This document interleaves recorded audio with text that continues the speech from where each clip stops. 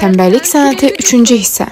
Məni saat 8-də durğuzan həyat sizə nələr eləməz. İnsanlar tənbəlliyi ancaq pis bir şey kimi qələmə versələr də, mən bugün sizə tənbəlliyin mənim həyatıma qatdığı gözəl şeylərdən danışacağam. Əgər xatırlayırsınızsa, mən birinci hissədə demişdim ki, tənbəllik motivasiyamız olmayan şeylərə qarşı yaranır. Çünki mənim kimi günorta oyanan insan belə əgər səhər tezdən oyana bilirsə ona maraqlı olan bir şey üçün, demək ki, bu həqiqətən belədir. Amma əgər siz motivasiyanız olduğu halda belə bunu hiss edirsinizsə və ya ADHD-dən şübhələnirsinizsə, birinci hissəyə geri dönüş edib izləyin. İndi isə tənbəlliyin mənim həyatıma qatdığı gözəl şeylərdən danışaq. Mən tənbələm və məni qane etməyən insanlarla danışmağa halım yoxdur. Ancaq mənə uyğun olan insanlarla dostluq eləyirəm və ünsiyyətə keçirəm. Mən tənbələm və ətraf düşüncəsini düşünməyə nə enerjim, nə də halım yoxdur.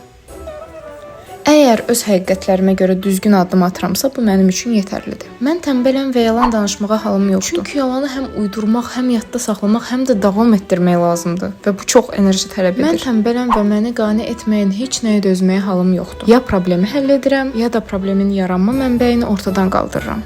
Davamı açıqlamada.